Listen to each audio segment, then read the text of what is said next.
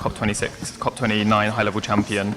And this roundtable comes at a really crucial time. The stakes have never been higher for climate finance, both globally and in Azerbaijan and in the region, as we strive to halve global emissions by 2030 and reach net zero emissions by 2050. Finance is the lifeblood of this transformation.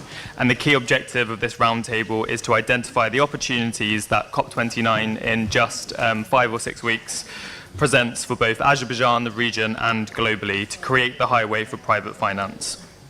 This conversation will also help inform the COP29 Action Agenda Initiative, Baku Initiative for Climate Finance, Investment and Trade Dialogue as well. And let me just share a quote with you that I actually learned a couple of days ago when I was at the Villa Petrolia in White City of Baku. Churchill, the former Prime Minister of the country I'm from, the United Kingdom, said, "If oil is a queen, then Baku is her throne." And he said this in the early 20th century. And I'd like to change that quote with all of you today to say, if the net zero green transition is a queen, then let's make Baku her throne. And each of you in this room today have a crucial role to play in that. So with that said, I would now like to pass over to Nigar Alparidei, the high-level champion for COP29, to share her thoughts. Thank you, Nathan. Dear ladies and gentlemen, I would like just to give you a warm welcome for coming here today, because it's already day 4 of Baku Action Climate Week. We are very honored that this week brought together different stakeholders, private sector, academia, government officials, young people coming together to discussing many different sectors and aspects of climate, global climate action. Because climate change is not a future risk, it's here, it's now. How we are addressing as a society, this is the question that we need to discuss. We will have COP29 just in a couple of weeks, but before that, Baku Climate Action Week is a great platform to bring together non-state actor community, to discuss energy transition, to discuss green skills, green jobs, new labor market, to discuss academia, science, agriculture, food, and all the other spheres of global climate action. Dear colleagues, today we have banking and finance sector, and I would like also to thank our friends from abroad who came just to participate at our Baku Climate Action Week. And at this event, we will be speaking about the creating highway for private finance. This is the subject, and overall the green potential, the green transition has a potential of creating over 24 million jobs globally. So what we need frameworks, we need architecture, we need building climate resilient infrastructure, and this is what we will be discussing today. I would like to thank our Talih Melim and Mukhtar Melim for being with us today, and we hope to have a very fruitful discussion. Thank you. Thank you very much, Nigar. So we'll now pass over to Mukhtar Babayev, the COP29 President-Designate and Minister of Ecology and Natural Resources for Azerbaijan. Thank you, Mr. Cooper. Thank you. Dear friends, dear colleagues, first of all, I would like to welcome you in ADA University within the Climate Week, the first Climate Week, Baku Climate Week, and I think this tradition will be continued in next years, because the leadership of our country, I think, will be continued, the process will be continued. It is a very good chance also to share with you with the last information regarding our schedule, regarding our programs. You know, the Climate Week, we invited too much friends and colleagues from different sectors, specifically from the private sector, and we have very, very interesting discussions within the week. Tomorrow, the final day, right?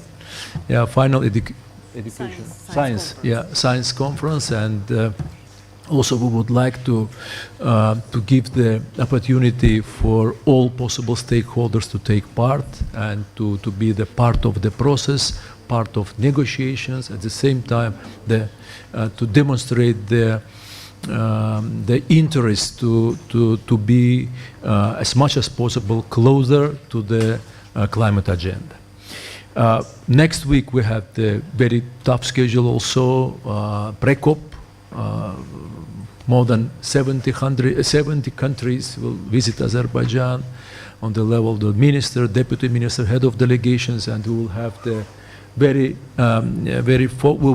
focused to discuss regarding the NCQG new financial goal. You know, this year it's finance on the core of the discussions, and also big discussions regarding the Article 6, the carbon market, and in this case, big interest from our side to invite the private sector to be the part of the climate agenda, as one of the biggest source of the finance. That's why it's very important to provide necessity conditions to all the parties, to all stakeholders, specifically from the private sector, regarding the negotiations on Article 6, because Article 6 will open the door for huge investment to this sector. Today, carbon market is around 2.5,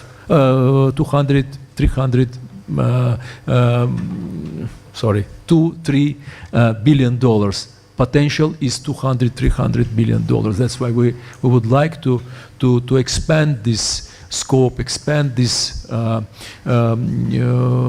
activities as much as possible, because it is also a very good chance for the adaptation and mitigation finance in developing and developed countries.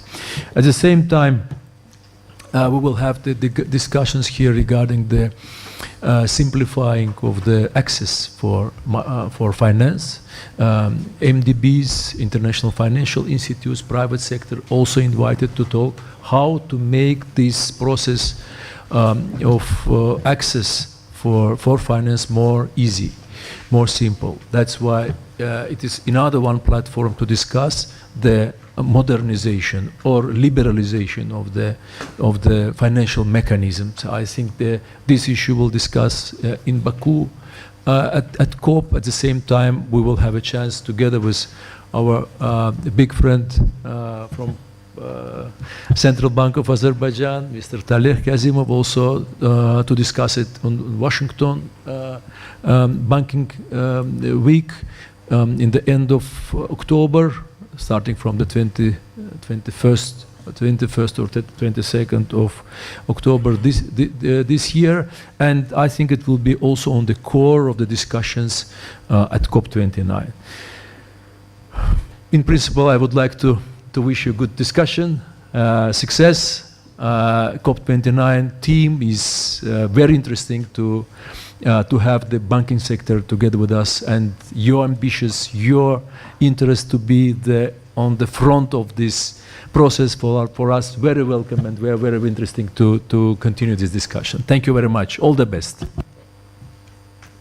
Thank you, Mr. Babayev, and for so clearly articulating the crucial role of private finance. You mentioned the Article 6 negotiations and the new collective quantified goal as well, which will define the global finance architecture for the decades to come. Very important. Private sector and philanthropies and investors are having their solutions and partnerships and leadership heard as well. Thank you. And with that, I'll pass over to Mr. Zakir. I'll pass over to Taleh Kazimov, the Governor of the General Bank of the Republic of Azerbaijan. Thank you, Mr. Cooper. Dear Mr. Babayev, dear Ms. Arpadaray, dear colleagues, honored guests. First of all, I would like to welcome all of you here and take this opportunity to thank COP29 team for organizing such an important week first of all, for Baku, for Azerbaijan, and of course for COP29 itself. Particularly, I would like to thank for this roundtable, because the subject is very important. When I was going through the list of participants, I truly believe that all here aware about the importance, about how critical and how crucial the private finance is. Yes. And I'm looking forward for very fruitful discussions on such a vital topic for all of us, locally, by the way, and globally. So here, I believe we see the most important people who will support green transition in Azerbaijan particularly. As Ms. Arpadarai said, that COP29 is achieving. Yes, and I believe Baku Climate Action Week is provide us with a great platform where we can accelerate our cooperation on the topics like green finance. So I think we're currently standing at a very unique crossroad, because from one side, our commitment to economic growth. From another side, this economic growth should be aligned with our responsibility to protect the environment. And when it comes to the financial sector, and particularly the central bank and regulator of financial sector, it's adding up more challenges, because as a central bank and financial sector regulator, we have to also, we are responsible for macroeconomic stability and also financial stability of the financial sector. But as all challenges and risks, there are always a lot of opportunity. And I think that we all together should seek for this opportunity, particularly in investment and innovation. So we will find new ways, evolve new ways to support economic growth, not only in Azerbaijan, but I think worldwide. So Central Bank of Azerbaijan understands its crucial role in supporting green transition. And from one side, taking into account the risks, which climate risks, which our financial sector can face, we should care more about financial stability in this direction. And also, I believe that we should induce or stimulate financial sector to support countries' plans in terms of the green transition by providing green finance to the economy. Back in 2023, we as a central bank approved the financial sector sustainable finance roadmap. And one of the main initiatives which we started first was preparation and introducing the green finance taxonomy. And we really aiming to introduce it to the market before the COP, yes. So, and the necessity of this green finance taxonomy is actually related to alignment of financial institutions to international standards. So we all have to internally, locally, we should speak, let's call it same language, and we also we should understand the international one. We introduced this year new guidelines to our financial institutions, particularly for the banks, guidelines for managing climate-related risks, and banks are responsible to implement ESG criteria in their strategies, business models, in their corporate governance policies, and of course risk management policies. We do pay a lot of attention to capacity and capability building of the sector. Together with our partners, international financial institutions, Big Four companies, and others, we provide several capacity building events for financial institutions. And take into account that financial sector mainly dominated by banks, a little bit more than 95% of financial sector is constituted from banks. We also think about other sectors of the financial sector. So by the end of this year, I believe we are going to introduce green bond regulation to the market. So that will open the door for real sector participants to diversify their channels in terms of the green financing needs. And when it comes to banks again, I'm really want to proudly, and I'm really honored to say that banks collectively, unanimously, voluntarily committed to financial pledge, which we are going to announce during the COP29. Yes, and this financing pledge will be aimed to support green transition in Azerbaijan, particularly for SMEs and households. And another thing which is very important for us as a regulator, we see that banks very actively working with us, with regulator, on the subject of sustainable finance, and they are introducing sustainable finance criteria to their risk management and lending policies. So why it's very important for us? Because, as I said, financial stability is very crucial, and I believe that's my personal opinion, even if I'm not the governor for central bank. So if there is no financial stability in place, so the financial sector won't be able to support green transition of the country. So that's why we also need to carefully think about financial stability. And good thing that what I want to admit that take into account that this subject is very important. Our banks and other financial institutions, insurance and the capital market participants, they are, first of all, they understand the necessity of taking the actions because they understand the risks which they have on their balance sheet, not deeply, of course, right now, but we're working on that. And they understand, as I said, they understand the necessity of making the actions, and we already started to do that. So I truly believe that instead of destroying this world,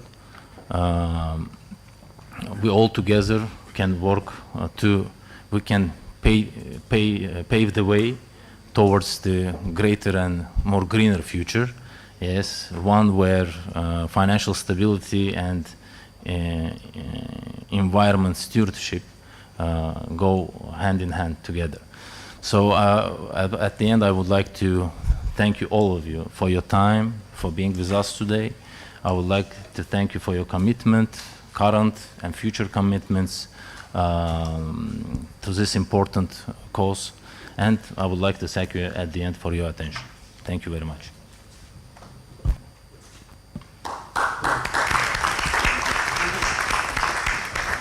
Good initiative. We need to applaud for this. Thank you. Well, this is very exciting. Thank you, Mr. Kamazov. Already the sustainable finance pathway and the guidance for climate-related risks, and we're hearing in the next couple of months kind of progress on green bonds and a climate pledge for COP29. This is great, and really kind of building on momentum here, and look forward to kind of people's responses and reactions in the panel discussion. Let me now pass over to Mr. Zakir Nuriev, who's the president of Azerbaijan Bank Association. Over to you. Thank you. Hörmətli Talib müəllim, hörmətli Muxtar müəllim, hörmətli tədbir iştirakçıları, xanımlar və cənablar, hər biriniz Azərbaycan Banklar Assosiasiyasından səmimi salamlayır. Bakı İqlim Fəaliyyəti Həftəsi çərçivəsində keçirilən bu mötəbər dəyərin masaya dəvət üçün təşkilatçıların təşəkkürümüzü bildiririk. Məlumdur ki, iqlim maliyyəsi axınları son 10 il ərzində yüksələn templə artmaqdadır. Lakin bu həcm Paris sazişinin məqsədlərinə çatmaq üçün tələb olunan səviyyədən çox geri qalır. Araşdırmalar göstərilir ki, 2030-cu ilədək illik olaraq 8-9 trilyon ABŞ dolları, 2050-ci ilə qədər isə illik 10-11 trilyon ABŞ dolları iqlim maliyyəsi tələb olunur. Bu məbləğ net sıfır üçün ümumiyyətlə təxminən 270 trilyon dollar təşkil edir. Müqayisə üçün bugün qlobal ümumdaxili məhsulda təqribən 100 trilyon dollardır. Bunun belə izlənilən qlobal iqlim maliyyəsi ilk dəfə 2022-ci ildə 1 trilyon ABŞ dollarını ötüb və 1.3 trilyon ABŞ dollarına çatmışdır. Müxtəlif tədqiqatlar mövcud siyasətlərin davam etdiyi təqdirdə istiləşmənin 3% artacağı və bunun 2050-ci ildə ümumdaxili məhsulun ən azı 18%, 2100-cü ilə qədər isə 20%-ə qədər makroiqtisadi itkilərə səbəb olacağını gözləndirilir. Bildiyimiz kimi, növbəti ay ölkəmiz BMT-nin mötəbər iqlim dəyişmələri üzrə çərçivə konvensiyasının tərəflər konfransı 29-cu sessiyasının COP29-a ev sahibliyi edəcək. Bu, Azərbaycan üçün böyük bir beynəlxalq platformada iqlim dəyişikliyi və yaşıl keçid mövzularının önəmli addımlar atmaq üçün əhəmiyyətli bir fürsətdir. COP29-a hazırlıq çərçivəsində bugün təşkil olunan Bakı İqlim Fəaliyyət Həftəsi Azərbaycanın iqlim problemləri ilə bağlı müxtəlif sektorlarında liderlərin, mütəxəssislərin bir araya gəlməsi üçün unikal bir platformadır. Bu tədbir iqlim dəyişikliklərinə qarşı tədbirlərin sürətlənməsinə, yaşıl keçid iqtisadi imkanlarının araşdırılmasına və qlobal maliyyə resurslarının cəlbinə yönəlmişdir. Elə ki, Dünya Bankının iqlim və inkişaf hesabatında Azərbaycanın karbon emissiyasını sürətlə azaltmaq üçün 2060-cı ilə qədər 44 milyard dollar məbləğində investisiyaya ehtiyac olduğunu təxmin edir. Bu investisiyaların əhəmiyyətli bir hissəsi özəl sektorun, eləcə də bank sektorunun iştirakı ilə 60% isə hökumət və ictimai qurumlar tərəfindən, qalan 40% isə banklar tərəfindən maliyyələşdirilməsi təmin edilə bilər. Azərbaycanda bərpa olunan enerji sahəsində böyük potensial mövcuddur. Xüsusilə günəş və külək enerjisi mənbələri böyük perspektivləri təqdim edir. Hazırda Azərbaycanın bərpa olunan enerji potensialının təxminən 30% çatdırılması hədəfləndirilir. Dövlət və beynəlxalq maliyyə qurumları, eləcə də xarici investorlarla əməkdaşlığın gücləndirilməsi, banklar tərəfindən yaşıl kreditlər və digər iqlim maliyyə aletləri təqdim edilməlidir. Yaşıl maliyyə üçün dövlət özəl tərəfdaşlıqları genişlənməli, banklar üçün kreditlər və dayanıqlı maliyyə alətləri ilə bazara dəstək verilməlidir. Biraz əvvəl qeyd etdiyim kimi, gələcək 36 il ərzində banklar tərəfindən yaşıl maliyyə yönəldilməsi məqsədə uyğun hesab edilən məbləğ kifayət qədər yüksəkdir. Yəni, növbəti dövrdə bank sektoru hazırki kredit portfelini dəfələrlə artacaq həcmlərdə rəqəmlərdən ibarət bir portfel formalaşmalıdır ki, bu da olduqca böyük bir çağırışdır. Beynəlxalq təcrübədə çıxış yolu kimi banklara yönələ biləcəyi müxtəlif alətlər mövcuddur. Birincisi, dövlət dəstəyi.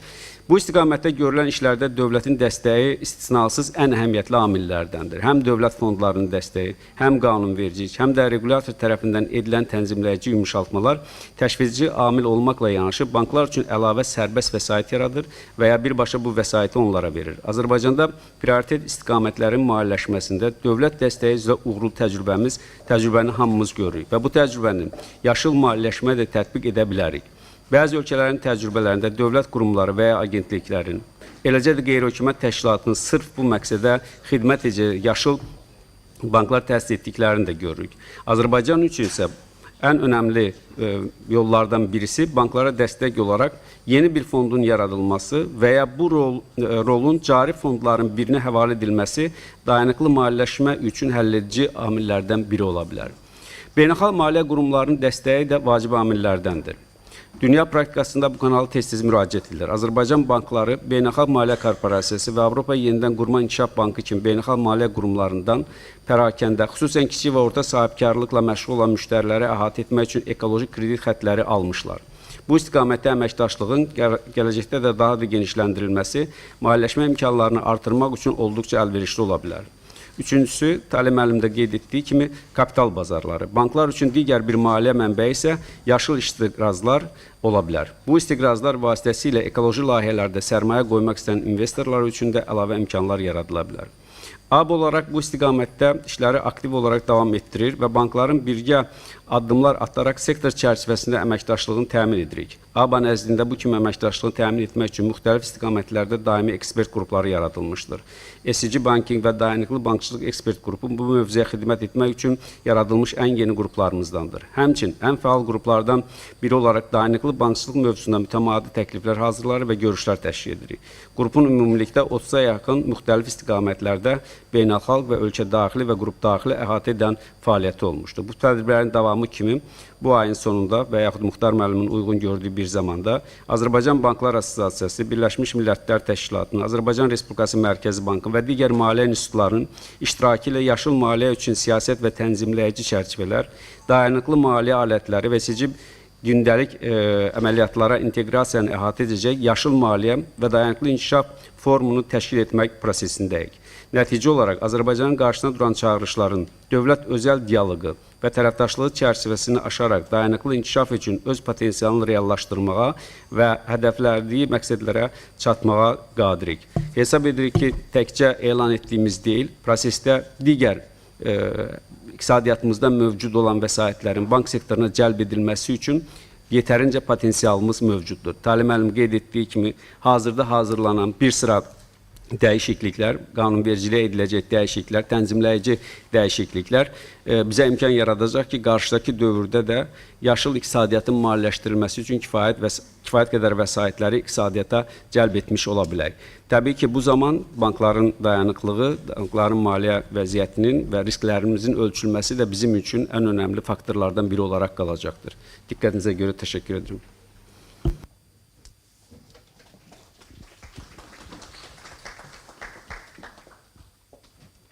Thank you very much, Mr. Nureyev. And we had some very concrete proposals and recommendations on harnessing the, I think, 1.1 trillion economic opportunity, government regulation and support, working with multi-level development banks and the Sustainable Finance Forum as well. I actually want to pass over to Javid Gulayev, the CEO of Pasha Bank, to reflect on these thoughts and proposal, and in terms of your perspective, what are the opportunities for Azerbaijani businesses and climate finance does COP29 present, and how are you making the most of these opportunities? Thanks very much. Before talking about opportunities, I would like to mention, and this is something the speakers before me have already mentioned, particularly Mr. Talih Kazimov, the governor of Central Bank. You know, the banking sector as one, as well as individual players in this market, have already been focused on the green financing agenda even before Baku has become the host for COP29. So let me maybe do a bit of a look into the recent past and say what are the things which the banking sector has been doing.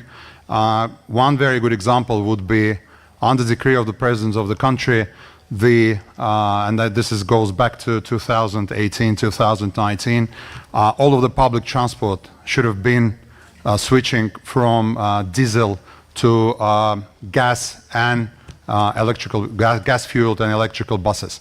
So banking sector, have been at the heart of that by financing the purchase of new clean energy based buses, and I know that on the eve of the COP, new electric buses in large quantity would be purchased and brought into the streets of Baku. When we look at the agriculture, which is another major evolving theme, we would see that banking sector have been providing the technology, the financing for the technology such as drip irrigation. Drip irrigation is now a must and actually a legal requirement for the companies given the water shortages which the country is experiencing. And again, the banking sector has been doing this even before we started focusing on this as an issue. So going back maybe 5-7 years back. We've seen smaller size, sort of localized financing for solar panel producing energy for both Baku, Absheron, and some of the businesses which are located in the region of the country, just to help companies without integrating into the grid, just helping them with their need, optimizing their energy consumption, energy production and consumption before the agenda has become so important. Now, when we look at the opportunities, I think we have a few factors or a few angles to look at. Primarily, we have an evolving regulatory environment. Regulator would definitely, keeping that high on the agenda, would help financial institutions and primarily banks to mobilize and to keep even higher focus on green financing. I think we would be looking at the support from the government, and this is something Mr. Nureyev already mentioned, both in terms of direct financing through the agent banks and the subsidies, which is important at this initial stage. Third, I believe this is our cooperation with international finance institutions as well as private credit institutions from overseas through the products such as trade finance and export financing in order to help boost these opportunities. And actually, this is what COP29 is doing. They basically provide the event itself, provide the required boost to the agenda of offering green financing, making it more affordable, not only to larger corporations, not only to state-owned and state-run companies, but also to SMEs. And I think this is the core in the chain where, as a country, we would primarily start with the larger companies, larger corporations, and through the supply, distribution, project chain, this would ultimately go and reach and cover small and medium business. So these are the opportunities, and I'm sure we will be able to capitalize on them. And again, COP would just double, triple, quadruple our efforts, both in terms of the absolute amount, our focus, and definitely the volume of business related to green financing. Thank you. Thank you very much. Powerful words as well, and some great specific examples of how banks are the lifeblood of the economy across all sectors, agriculture, transport, you mentioned, and energy as well. I'd like to pass over to Leila Jabali to share her thoughts on this conversation.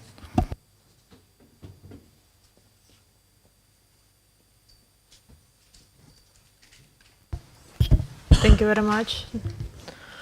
Ladies and gentlemen, esteemed colleagues and distinguished guests, it's a great privilege to address you at Baku Climate Action Week, an event that is vital in advancing our shared goals for sustainable development and climate resilience.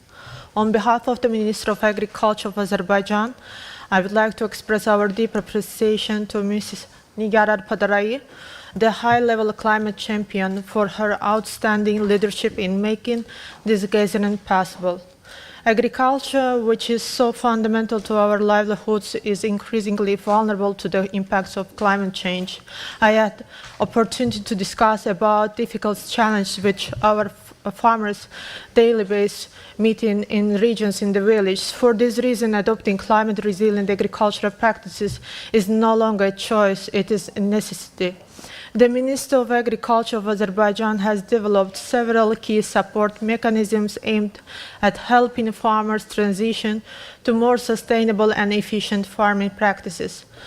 Through the Agrocredit and Development Agency, or shortly AKIA, we offer a robust set of financial tools designed to make modern technologies accessible to our farmers.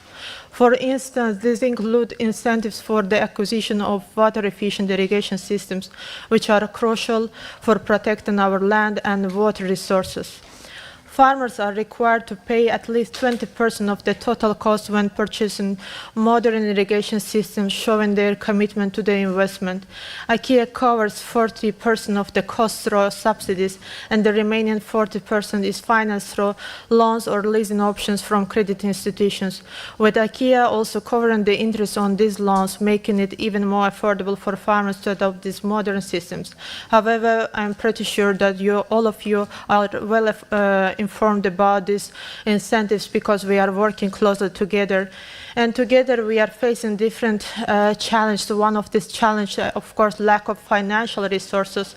During the second day of Baku Climate Action Week, we had the opportunity to discuss about Harmony Initiative, which we will officially launch during COP29 on the 19th November, especially during the Food, Agriculture and Water Day. One of three main objectives of the Harmony Initiative will be focused on climate financing.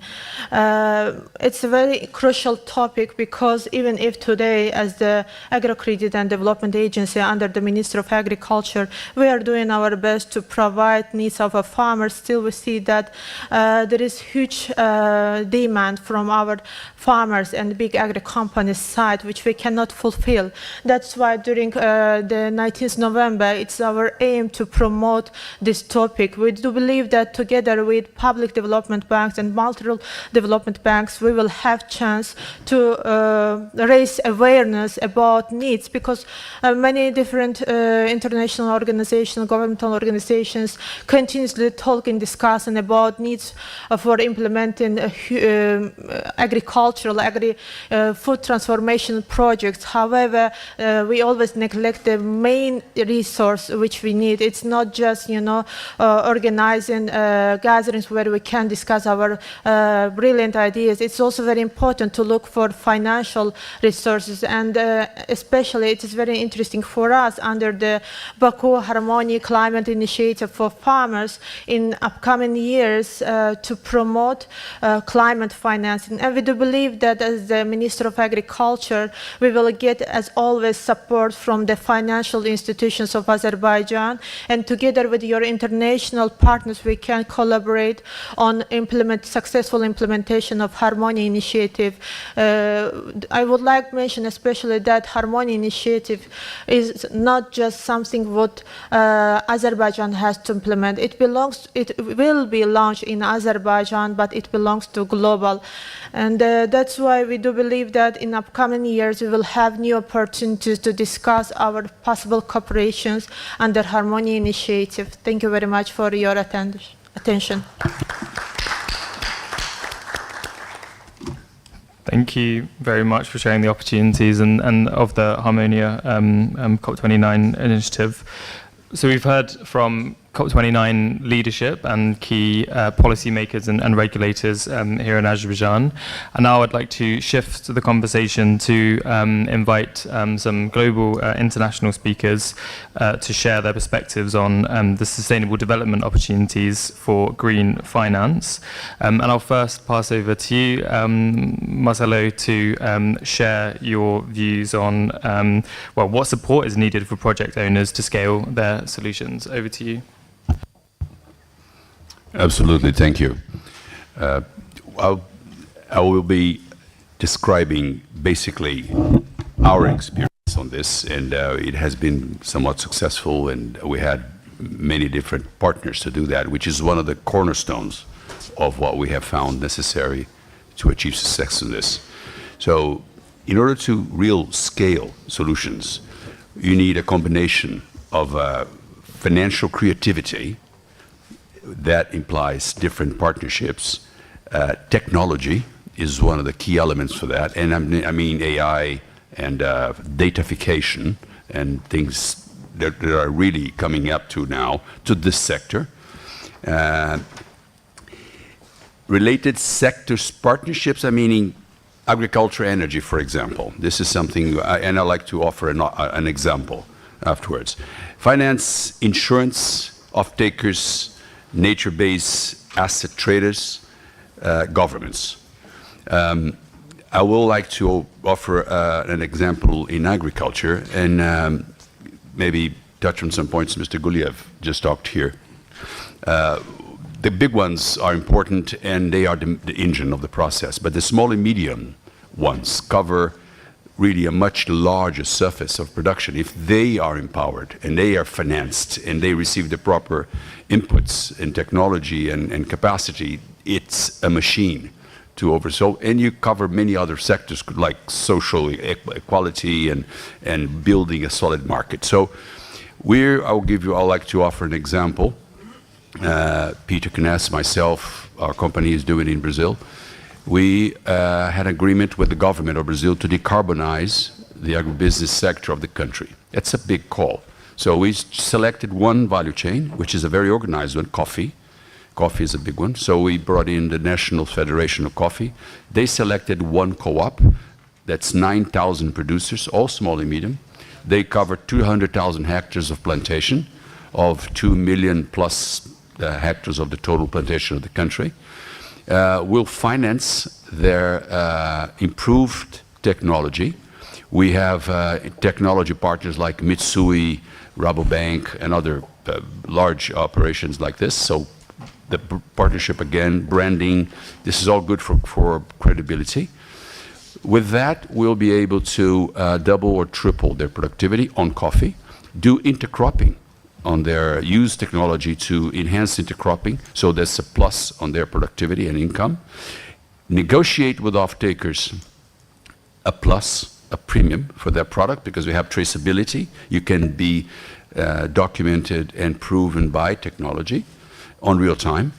And that in addition to the carbon that will be generated in the process, which is not small. It could be between 5 and 15 tons per hectare. So it's not negligible. If you have a 200,000 hectare operation just on the pilot, it's already significant. So as a kicker, we involved the insurance industry into this, because insurance, harvest insurance, is the biggest pain, if you ask the producers, and we did, in the country today. Last year, just alone, and this year, we had 30% harvest cuts because of droughts, climate change. This was completely unheard of. So, but they don't have insurance because it's too expensive, and the insurers don't have a proper product because there's no demand. So it's a vicious circle.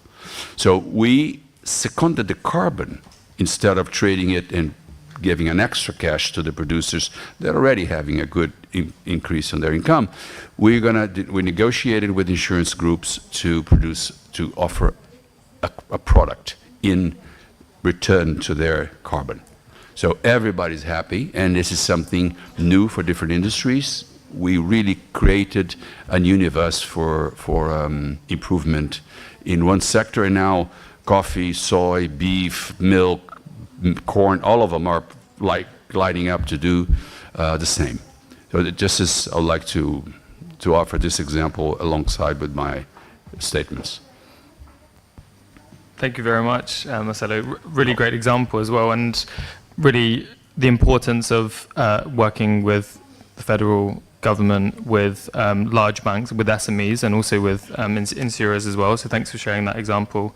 I'll pass over to Anthony Hobley now, Deputy Chair of the Climate Risk and Resilience for Howden Group.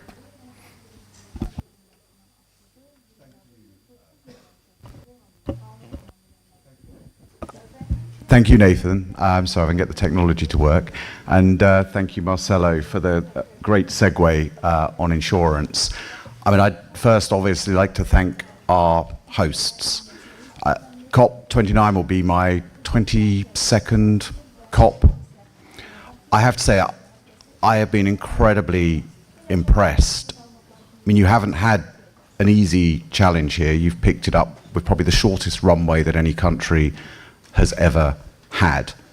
There is some skepticism and criticism out there in the world, but from everything I see, I think it is wholly unjustified, because the professionalism that I see in how the team is putting this together and at the speed and zeroing in, I think, on the issues that really matter.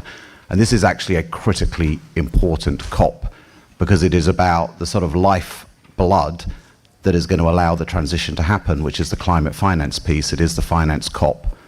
The objective is critical. But what I want to talk to you about is the ugly sister of the financial markets, insurance. It is often the part of the insurance markets that gets forgotten. London is one of the biggest financial markets in the world. Insurance is around 20% of that market, is capital like any other. It is contingent capital, risk capital. There is an incredible opportunity, I think, in terms of legacy with impact from Baku and COP29 to put this blind spot of insurance and de-risking on the global agenda. We've actually very little work required to do that other than amplifying the message. So one of the things that Howden is doing is it is taking a market-making approach to catalyze a paradigm shift in the way not only the insurance industry sees insurance, but the way our customers, the investment banks, the corporates, governments see insurance, and actually how critical it is to de-risk the flows of climate finance. I've been working in the world of climate finance and carbon markets and climate now for over 30 years. I do not believe that we can deliver on the climate finance flows without the yin and yang of finance and insurance and de-risking. Many of the barriers that are stopping many of the financial institutions that have made commitments are risk. And the one industry whose job it is to de-risk, I'm afraid, and so I'm talking about my own industry, has been MIA. It's been at the back of the bus. It has been missing in action. We can change that in November. You've all had those conversations that we've got all the money, we've made this commitment. We made a commitment to mobilize X trillion, align our portfolio with Paris. Where are the projects? You talk to the people with the projects. We've got the projects, we've got the technology. Where is the money? There, of course, the bankers and the asset managers have been bankable projects. And quite often what determines whether a project is bankable or not is risk. And if you can do something about the risk, you can dramatically increase the size of that project pipeline of bankable projects.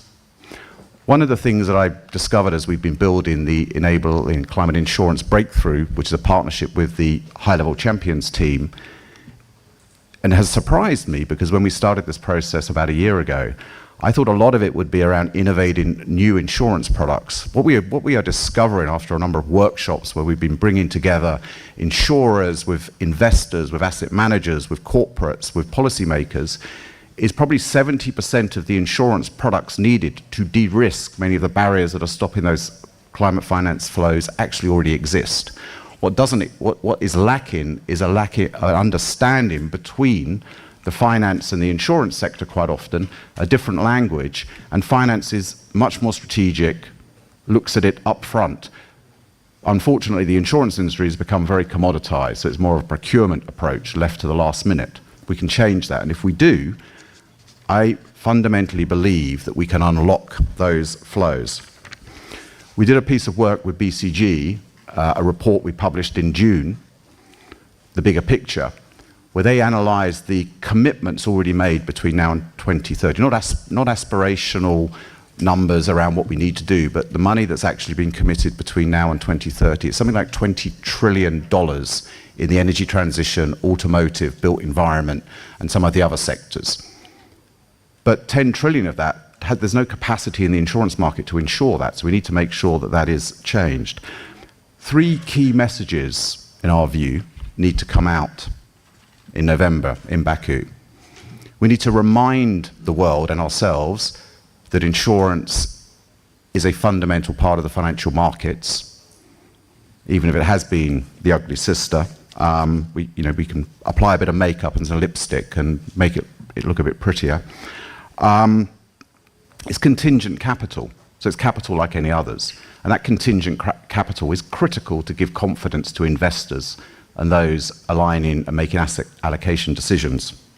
It has been a blind spot, and Baku, COP29, can shine a spotlight and remove that blind spot and actually unlock many flows.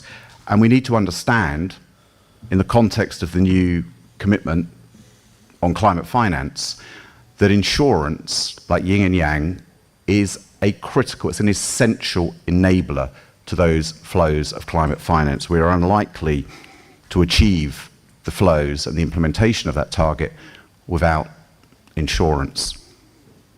We will be talking about this during Finance Day and some of the other key events. We'll be publishing a new report with the high-level champions, really zeroing in on the detail and looking at why insurance is critical and really mapping many of those insurance products against the risks that are stopping climate finance flow.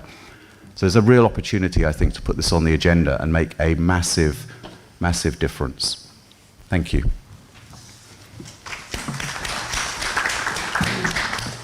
Great, thanks a lot, Anthony, and we all look forward to sharing that report with you when it's announced at COP29. I'd like to now pass over to Adam from the Senior Vice President for the Senior Executive Banking at DZ Bank to share, we've heard a really great conversation, and what for you are the biggest opportunities maybe for central banks and sovereign wealth funds to support the low carbon, climate resilient transition? Thank you. Thank you for the question, but also for the invitation from the organisers to be here. I think Anthony sort of set me up a bit with his last points leading directly onto me, so I'll try and cover those a bit as well from a banking side. But first on to the main question at hand. I think with most things about sustainable finance, the role of central banks and sovereign funds, it really comes down to 3 main things again, which is data, disclosure, and taxonomies. Central banks around the world all have different mandates, but all of them regulate and set the conditions for how the money flows in their economies and the regional economies. And I think it's this that sets them apart as actors in making that transition. I think the governor outlined a lot of the policies domestically that central banks can do, but I still think there's more that central banks can do globally and internationally in cooperating together to promote global standards for these more consistent and clear disclosures that are required not by only the financial institutions, but by the real economy as well. There, of course, needs to be a greater incorporation of climate risks, but also environmental and ecological risks into their prudential frameworks. And we know with the Earth getting hotter and hotter and having more and more records, there's going to be a likely green swan type of event before too long, and central banks need to be ready and prepared for that. And I think they also can cooperate more internationally to ensure there's more reliable data. And those data points, not only for financial institutions, but also for the real economy as well. So that's the central banks as a regulator, but central banks also are big investors. They invest in a lot of fixed income, green bonds, sovereign bonds, and all these other products, and I think they can play a very sort of positive role model role in leading the way within their economies on what big institutional investors should be investing in and what should be investable in terms of sustainable and transition finance. And I think this is where the sovereign wealth fund angle comes in as well. Obviously, there's different types of sovereign wealth funds around the world. Some are very traditional sort of investors, investing into equities and fixed income, but then you have certain sovereign wealth funds who are owners of portfolio companies. And these portfolio companies may be in very hard to abate sectors. It could be like aviation, power, obviously extraction. A lot of the sovereign wealth funds, of course, made their money from heavily extractive industries as well. So I think they have two roles. The one is they are investors with, whether they like it or not, a lot of responsibility. They have a lot of accountability as well for their sovereign wealth, for the people's interests. So they also expect a lot on their investments and their managers as well. So they can play a very guiding role in deciding where to allocate their large sums of money, but also as maybe owners of portfolio companies, they can also engage with these companies and put them on a more sustainable pathway as well. I think, just going back to sort of answer this point about the risk appetite of banks, we are DZ Bank. For everyone's background, you may not know us, but we are actually the largest bank in Germany. But as we don't have a retail presence, not many people know us. So we don't have, if you walk down the streets of Munich or Frankfurt, you are not going to see DZ Bank on the high street. We act as a central institution for about 700 rural and city cooperative banks. Given that sort of mandate we have, we are very conservative, we are risk averse. But even internally within a bank, it's all about aligning our risk appetite. People like me on the sales side, on the front side, we're very ambitious to see how we can play a role in these types of projects. But then there's always our credit department who may have a very different opinion on what is their risk appetite as well. So I think, as all of you know, as senior bankers, this is an ongoing thing we have to deal with as well. But what I believe is very positive, this is only my third COP, or it's going to be only my third COP compared to Anthony, but it shows how important I think COPs and the finance industry is becoming in the process. And I think that's a heartening thing that we can take from this. And yeah, look forward to being back in Baku in a few weeks. Great, thanks a lot, Adam. We've heard from private sector. That does deserve a round of applause. Thank you. We've heard from private sector insurance and would now like to pass over to Multilateral Development Bank from Andrei Zarapov from the International Finance Corporation, IFC, to share some examples of where IFC has led innovative finance mechanisms that have worked to accelerate sustainable development. Thank you.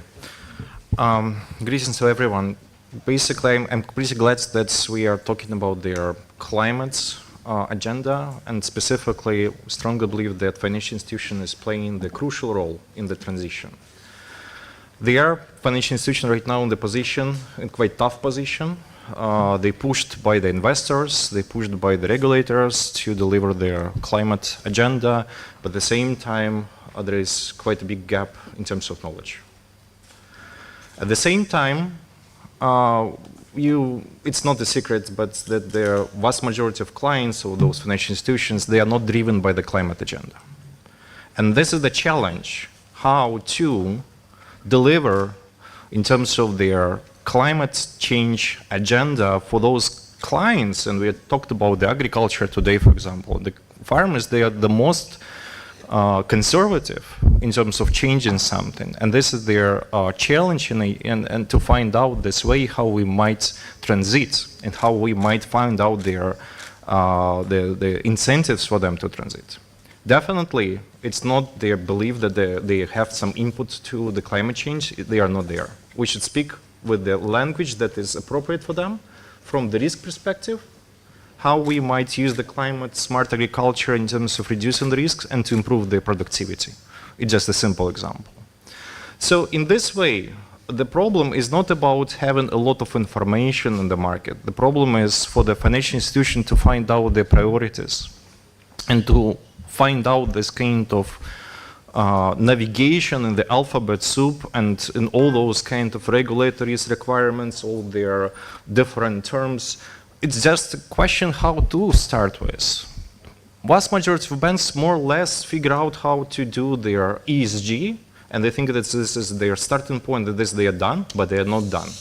The way is quite long, but at the same time it's quite interesting. The thing how we are offering to look at this topic is through the business perspective. The one thing is to get the investment, and the investment right now is basically mainly available for climate, right? So you can hardly find out right now the investment which is not climate related, sustainability linked, gender, but climate is one of the biggest topics. But sometimes the issue how to utilize those funds, and this is where the problem is. How to build this knowledge and how to use the financial institution knowledge to convert so that they are playing the role of this kind of change where they are not only the institution to finance but actually institution to promote the change with this definitely support of their finance. And the topics is quite wide. We might talk about climate smart agriculture, we might talk about their green buildings, we might talk about their green transport, blue finance, circular economy, and so on, so on, so on. It's quite a lot, right? And it's quite hard to push everything simultaneously. So in this case, the question is how to start to find the strategy. And this way we are offering the wide range of the advisory services to support with the different institutions, but at the same time, platforms like free of charge, for example, GBAC, which is Global Green Banking Academy. We just yesterday did an event dedicated to ESG. Next one will be on the transition finance, another big topic, circular economy. So the way how to disseminate the knowledge and to, in fact, in the good way, the mindset of the banks. Another initiative that we also issue, and right now we just launched it, called Klima Lab, which to aim financial institution to facilitate the development of the proper climate risk management and to be ready for the Paris alignments. So the question is here, how we might enable financial institutions to play their crucial role with equipping them with the knowledge, with their tools, with the products, with the reporting, and to find out these business opportunities. Instead of being dependent from the government support, from the subsidies, which might not be that kind of sustainable, we should think and shift to the solution that are business-based, which will reduce the risk, in addition to insurance, for sure, this is an excellent thing, but also the goal of those technologies, shifting to the technologies, is also to reduce the risks, the impact of the risks. And it's quite a lot of things to do, even for the small businesses, specifically for the SMEs, which we are usually thinking about the big projects, big companies that impacting, but for somehow we are not thinking about the smaller one, which also require, and most probably those ones will need to have their biggest access to the knowledge. They are lacking this access. So in addition to their topics and challenges, I really wish to highlight their the knowledge and capacity building parts and to think it through their business perspectives. Thank you so much.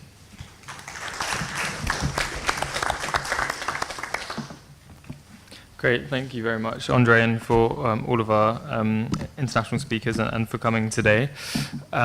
We now have what I think is the most exciting part of the roundtable, which is to hear from you as participants, to reflect on what we've heard today and to share your thoughts as well. So please, if you would like to speak, do indicate to me, either raise your placard or indicate to me, and I will invite you to share your thoughts and reflections.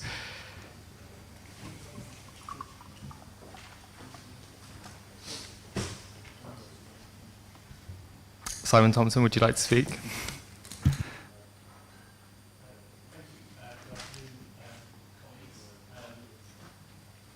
You press the mic. It should be on now. There we go. That's perfect. Great. Good afternoon, colleagues, and thank you for the invitation to be here. I'd like to pick up on our colleague from the IFC's comments about capacity building. So I'm the new managing director of something called the Global Capacity Building Coalition that was announced at COP28, but we really launched just a week ago in New York at a high-profile event led by Michael Bloomberg, and we had UNFCCC Executive Secretary Simon Steele, Mark Carney, Mary Shapiro, all there at a high-profile launch, and in fact IFC are one of our founding members. So the Global Capacity Building Coalition is an unprecedented alliance of UN agencies, multilateral development banks, many large private finance sector organizations, and crucially, many providers of capacity building. And our role is not to do capacity building, our role is to catalyze and convene the capacity building ecosystem, and over time to try and, through capacity building, mobilize and unlock climate finance, especially in relation to emerging markets and developing economies, which we know will need about $2.4 trillion of finance sort of each year.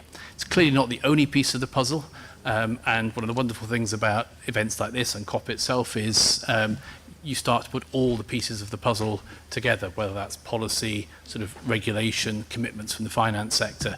But I think for too long, capacity building hasn't been given the strategic importance it needs, whether that's at the global level, the regional level, the institutional level.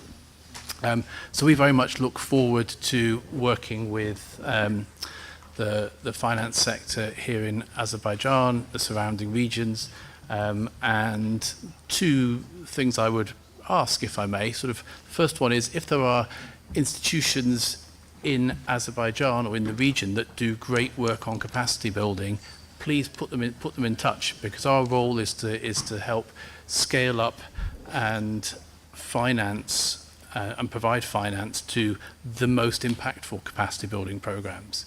There's the challenge, it seems to us, is not that there is a lack of capacity building. There's a lot of capacity building out there, and I should say, by capacity building, this is technical assistance, it's education and training, it's building peer networks of institutions and individuals. It's a very sort of wide sector, and all of these things have their place.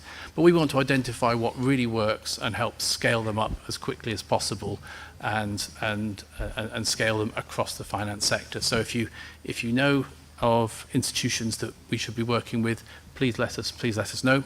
And the second thing is, last week in New York we launched the beta version of the Global Capacity Building Coalition's Knowledge Hub. If you go to capacitybuilding.org, there's a very wide range of completely freely accessible sustainable finance resources supplied by our founding members, including the IFC and the Green Banking Academy. Many others are involved too. And we would love to get user feedback on that and on our long-term priorities and plans. Thank you.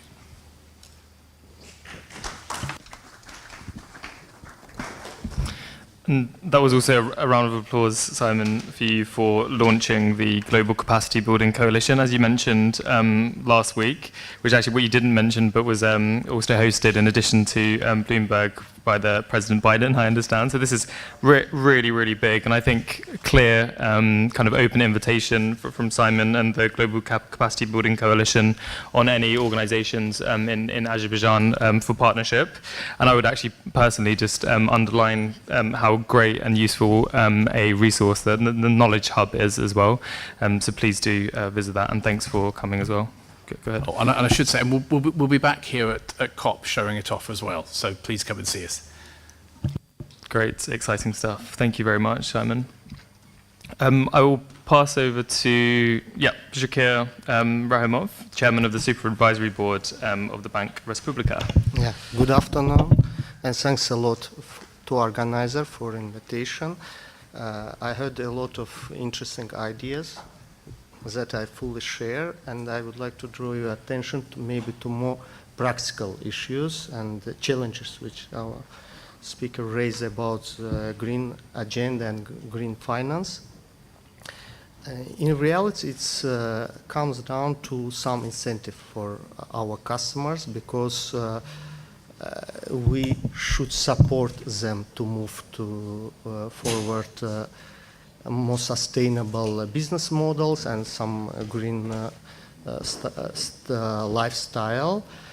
And there are well-known incentives, which Mr. Nureyev also mentioned. It's like guarantees, subsidies, which we can provide in collaboration with government to our customers in order to attract green finance. Because due to different reasons, low energy price, some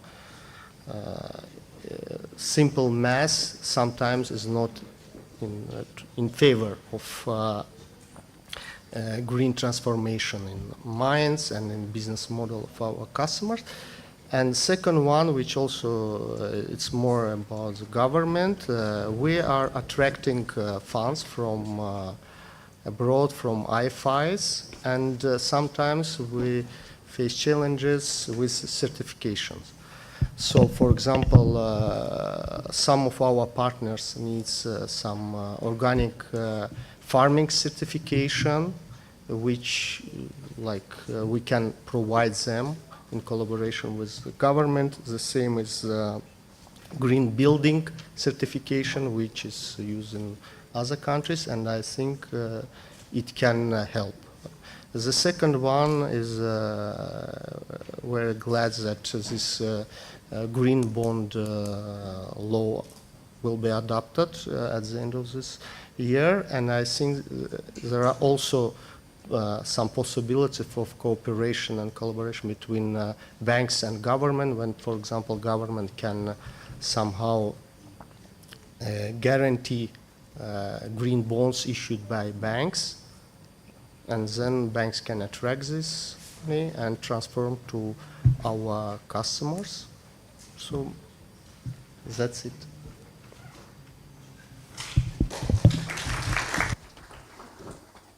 Thank you very much, Mr. Rahimov. Very concrete solutions proposed in terms of certification and good progress on green bonds as well. I will pass over to, I can't actually see where you are, Mr. Temur Husenov from Pasha Holding.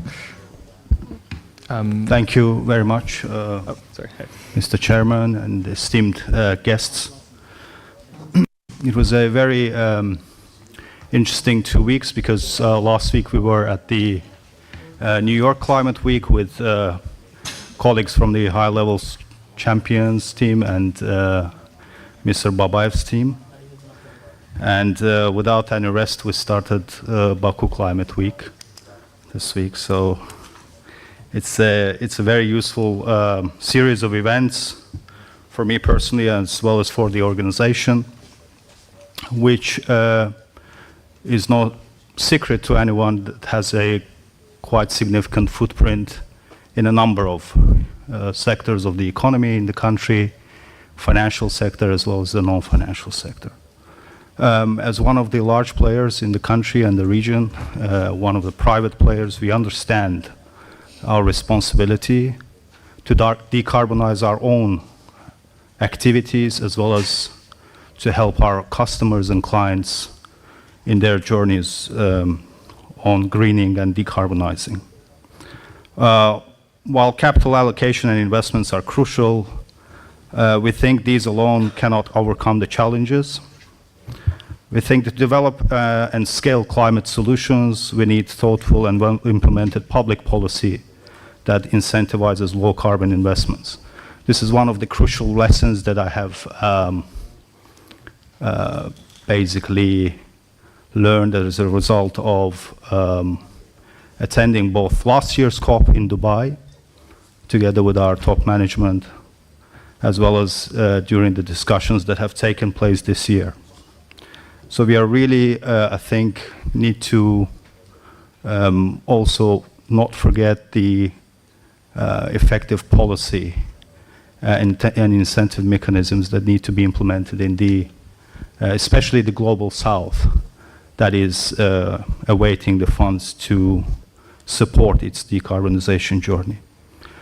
I would also add the research and development to support swift technological advancements, financially viable clean energy projects, especially for our banks and insurance companies. We need projects that are in the money. We need to, of course, help as much as possible, but as businesses, we will only be able to finance projects that are viable. Resilient supply chains are also important. I mentioned, I think, this early in the week, that when we talk about decarbonization across different sectors, big emitters, smaller emitters, we have to think as a country not only in terms of, for instance, producing the green energy, but also ensuring the localization, the local content of the whole value chain when it comes to the green energy sector, for instance. And for us, as financial institutions, for instance, this would de-risk investments across that value chain and not only into one part of the value chain. Skilled workforce and capacity building was mentioned here. I think that's another crucial element. On our part, we are currently working on the greenhouse gas emission inventory that we have been creating across our sectors, both from our operations that are most relevant for the non-financial sector, but also our operations in the financial sector, including financed emissions. So projects that we finance that are emitting the greenhouse gases. We are likely to set targets to reduce Scope 1 and Scope 2 emissions and begin offsetting employee business travel. We are also very much focused on the efficiency of the buildings and branches and our data centers. Our banks, for instance, two of the largest banks in the country, Capital Bank and Pasha Bank, have started on their development of their sustainability reports. And I'm sure this will also be a nudge for us to move faster on some of the aspects of decarbonization. Some of our businesses are already thinking about virtual power purchase agreements to source renewable energy sources for their operations. We are also thinking about greening our fleet that we use, the vehicles essentially. And beyond this, of course, we are very much focused on the task force for disclosures in the financial industry. And we will basically move ahead with reporting based on the principles of the TCFD. Finally, I would like to emphasize that we should not forget the message that was given at COP28, which is, of course, very relevant for discussions at COP29 and future COPs, that the realities and circumstances of each country need to be taken into account, and the balancing of environmental, social, and economic needs should take into account also the need for reliable, secure, and affordable energy sources going into the future. Thank you very much.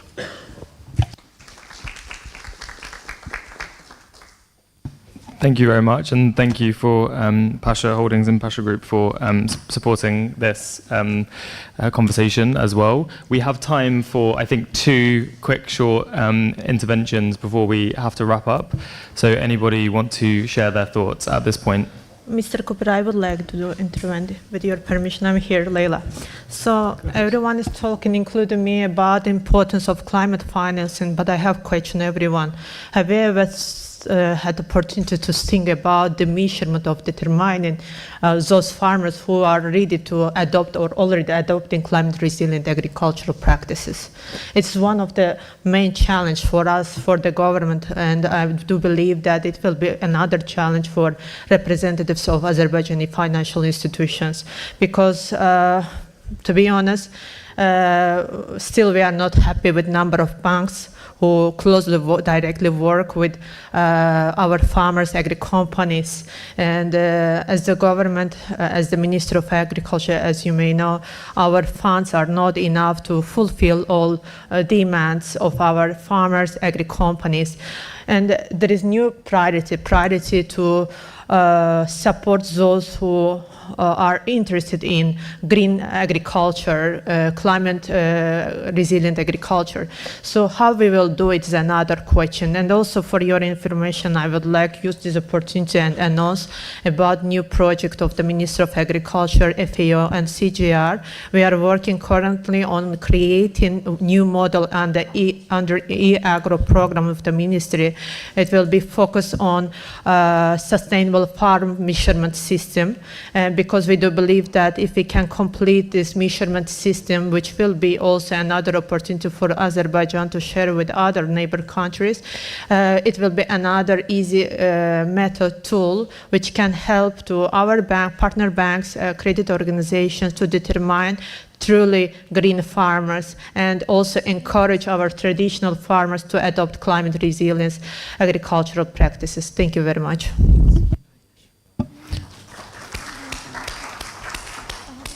Thank you very much, Leila. Over to you, Emil Majidov from Reuters. Thank you, Nathan. Ladies and gentlemen, good to see you. I just wanted to share one short observation that I've sort of picked up from a number of meetings that we had in the last few months in places like New York, London, and so on. What I've picked up is that there is, in the West, in the developed markets, there is this continuing conversation between financial institutions and government. I witnessed a few.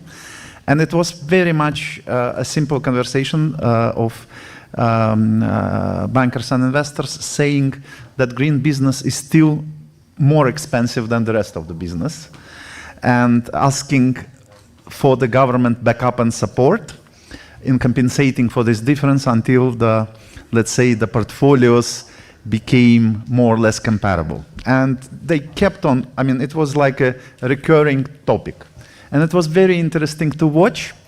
And it was also very inspiring to watch the, let's say, the focus of our governor and bankers. And I have a feeling that the dynamic here is very positive. And despite the fact that the colleagues in the West started this journey much earlier than we did, but the current dynamic here is quite promising. So just to encourage you, saying that despite this, ongoing and long-lasting dialogue in the West, we are not that much behind. Thank you.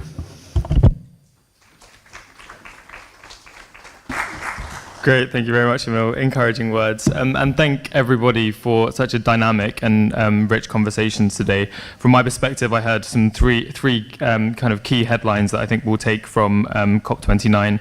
The importance, firstly, of enabling measures and regulation as well from the private sector that Emil just talked about. We're not that far behind, and it is a long conversation. Secondly, I think the importance of innovative finance mechanisms. We heard from the insurance perspective, from from the IFI and MDB space, as well as from lots of private banks as well. So these are really important to de-risk investment, particularly in emerging economies as well. And thirdly, I think for me, the key takeaway is the importance of capacity building as well. And Simon mentioned the Global Capacity Building Alliance. We will actually, in collaboration with Cassie and Pasha as well, be and Orhan as well, will be convening a capacity building workshop at COP29 as well on Finance Day. And I think all of you are welcome to join that conversation. So thanks again for your rich feedback and conversation. I'd like to give everybody a round of applause at this point.